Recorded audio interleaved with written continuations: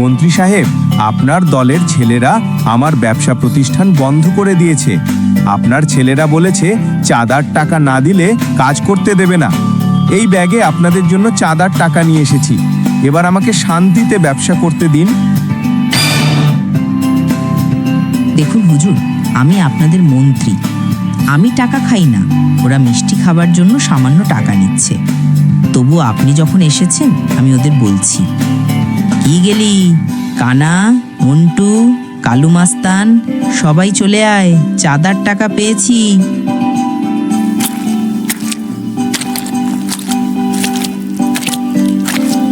এই চাঁদার টাকা দিয়েই তো আমি বিদেশে বাড়ি কিনেছি, দামি গাড়ি কিনেছি, ছেলেকে বিদেশি স্কুলে পড়ালেখা করাচ্ছি।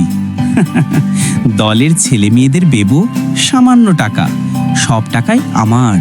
দেখো বাবা, তুমি তো মন্ত্রীর ছেলে।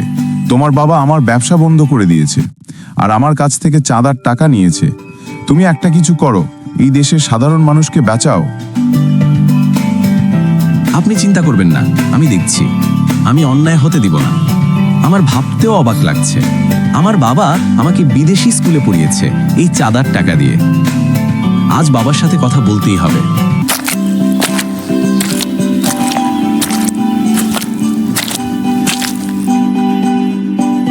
বাহ বাবা বাহ, তোমার দলের ছেলেরা চাঁদা তুলছে তোমার হুকুমে। সাধারণ মানুষ শান্তিতে থাকতে পারছে না। এরকম করলে তোমার দলে আর কোনো মানুষ পাবে না, আমাকেও পাবে না বললাম। ভালো হয়ে যাও। আমার ছেলে ঠিক কথাই বলেছে।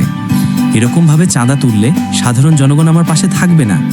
আমরা সবাই এখন থেকে জনগণের সেবা করব, আর কখনো চাঁদা দিবও না, খাবও না। চাঁদা মুক্ত দেশ গড়ব।